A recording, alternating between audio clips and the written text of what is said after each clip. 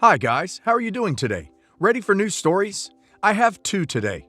Let's go to the first one, about OP, who banned her mother-in-law's boyfriend from her house because he tried to steal her clothes. Enjoy the stories, guys, and don't forget to like and subscribe. And of course, don't forget to leave a comment. Mother-in-law and I don't get along great, but she isn't as bad as some of the mother-in-laws I read about. About 3 years ago, mother-in-law and her husband were invited to our house for a party. At some point, I went to my room and found her husband going through my drawer. He was clearly embarrassed and said she needed to change her clothes. She was having an issue. I wasn't totally sure I believe him, but I soon realized she was miscarrying and it was all over her clothes. I gave her a pair of my husband's sweatpants, and we ended up having to call an ambulance because it did not stop. She had some complication and was in the hospital for a couple of days. I did reach out and express condolences, but I was not happy about her husband sifting through my things. She told me she didn't want me to know because we aren't close. To me, stealing is still stealing. I banned him from my house, but I didn't tell them. Anyway, they now have an adorable 2-year-old girl. I have a baby of my own, and mother-in-law doesn't come around much because sister-in-law keeps her busy. So I consider that a win. We went to their house the other day for a 4th of July party. Mother-in-law has a much nicer house and is more into hosting, so it is natural to go there, and I don't think she realizes he is banned. My husband, without thinking, started talking about how we are going to do a Christmas-themed first birthday for our son in December. He then got embarrassed and muttered maybe mother-in-law could come with sister-in-law.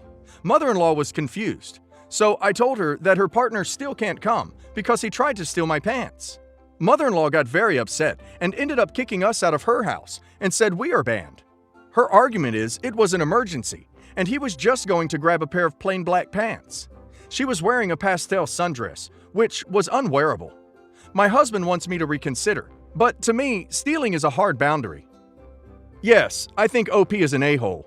3 years ago, this man made a questionable decision in an emergency situation, and OP banned him from your house? He wasn't trying to steal from her. He was trying to help his partner and protect her because she didn't want OP to know what was going on. Then, at a function they are hosting, OP embarrasses him and brings up a 3-year-old and painful subject and finally discloses that she banned him from their home. That's just nonsense. Background: I am Scottish. My husband and his father are Finnish. Neither of us have siblings, and my parents died shortly after dear husband and I married. We have 4 now adult children and a beautiful granddaughter, who is going to inherit this mess.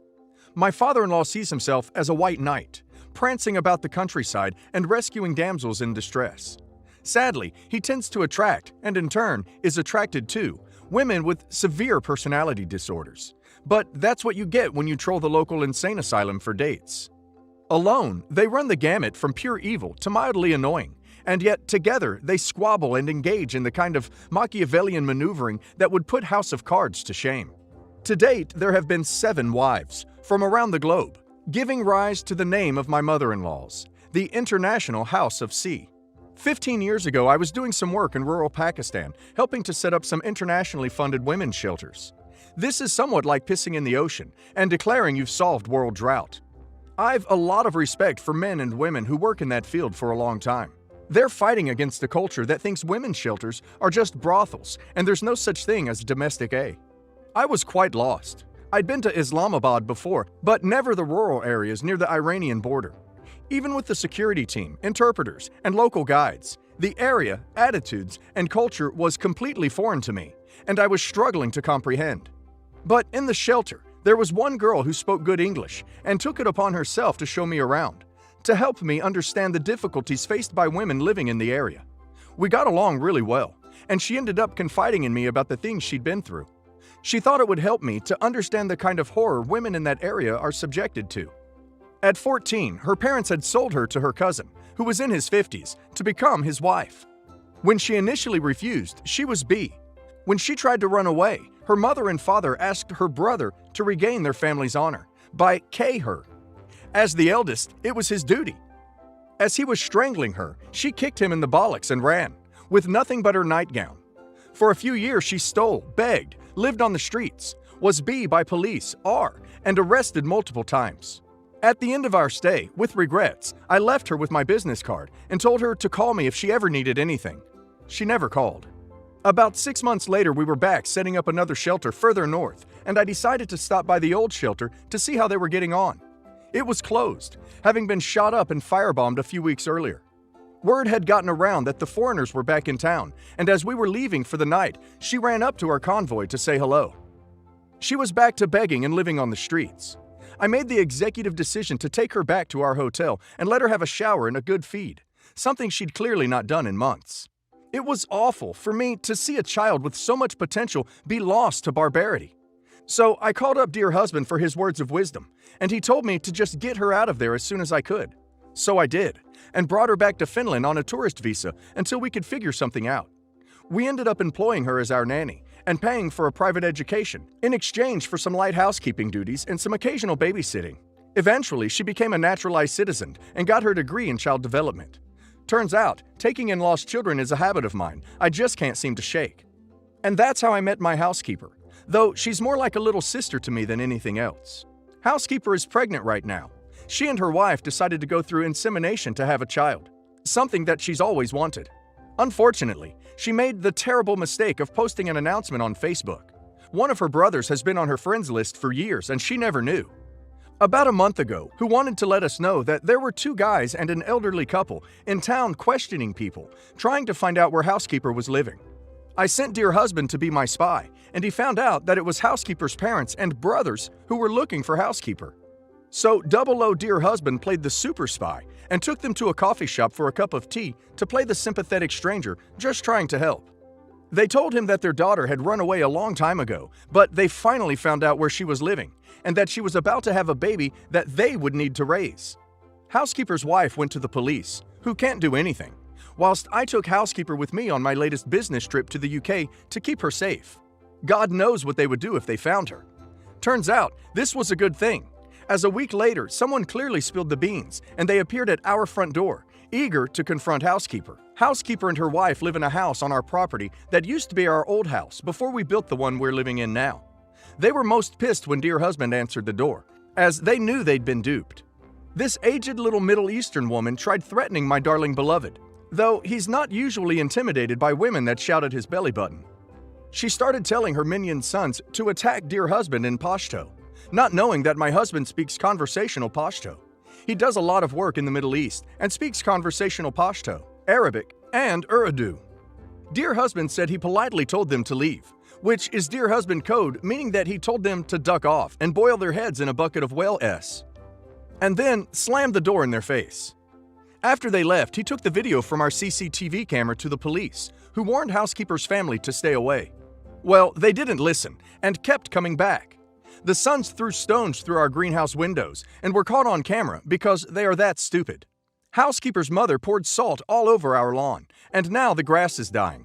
One of the sons was caught on camera walking up to dear husband's car, popping open the cover for the petrol tank, opening the cap on the hole, and, yes, he pissed into it, whilst staring at the security camera trained on our driveway.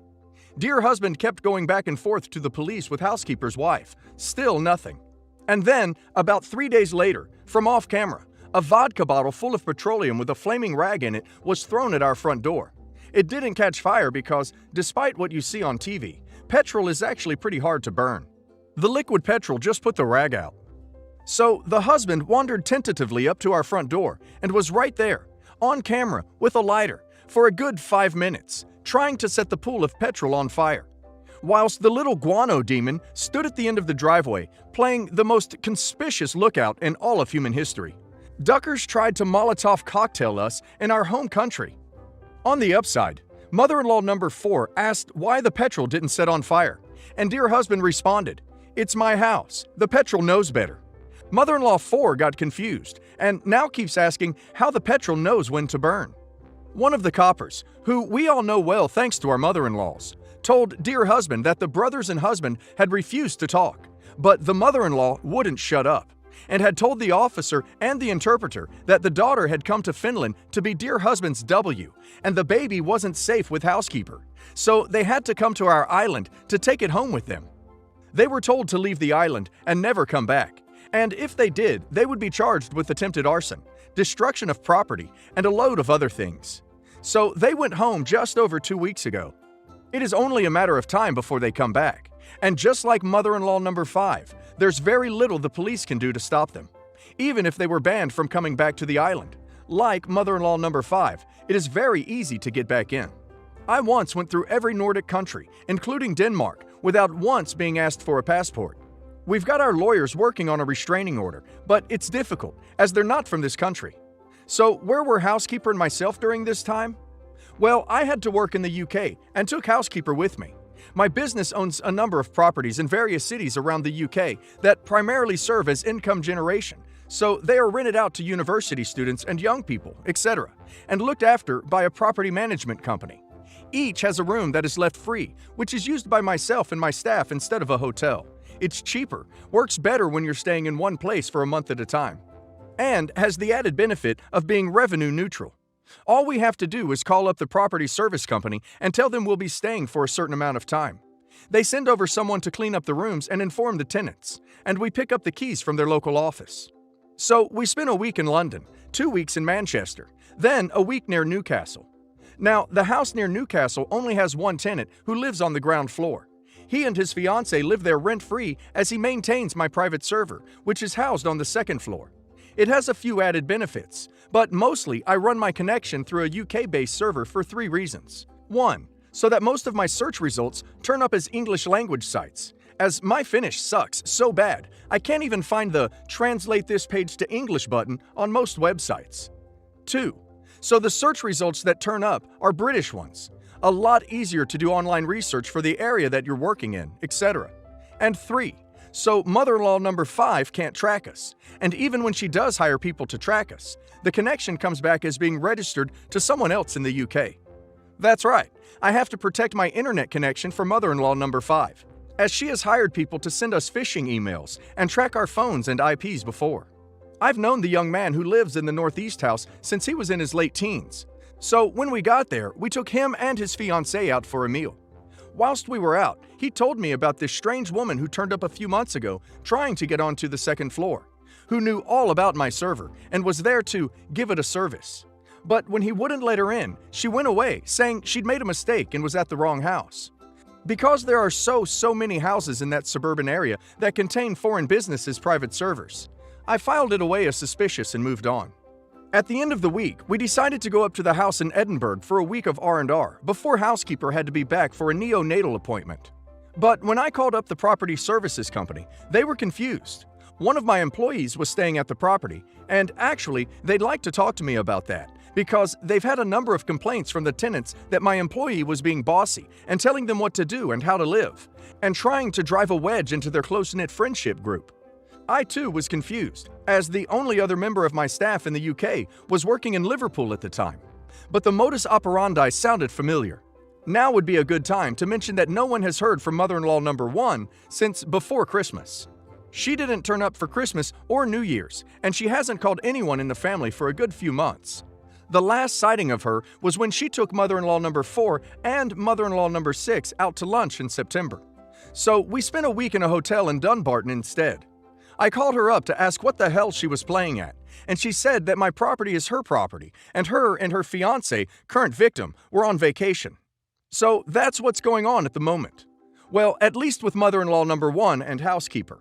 Can't get mother-in-law number 1 to leave by asking politely, and whilst I could evict her, dear husband and I agree that poking that bear is not worth it. In particularly as when this bear gets mad, it mauls off faces. Transferred the current tenants to a newer, nicer house that was being renovated in the same area, and let them have 6 months of free rent for the trouble of having to live with my mother-in-law for 4 weeks.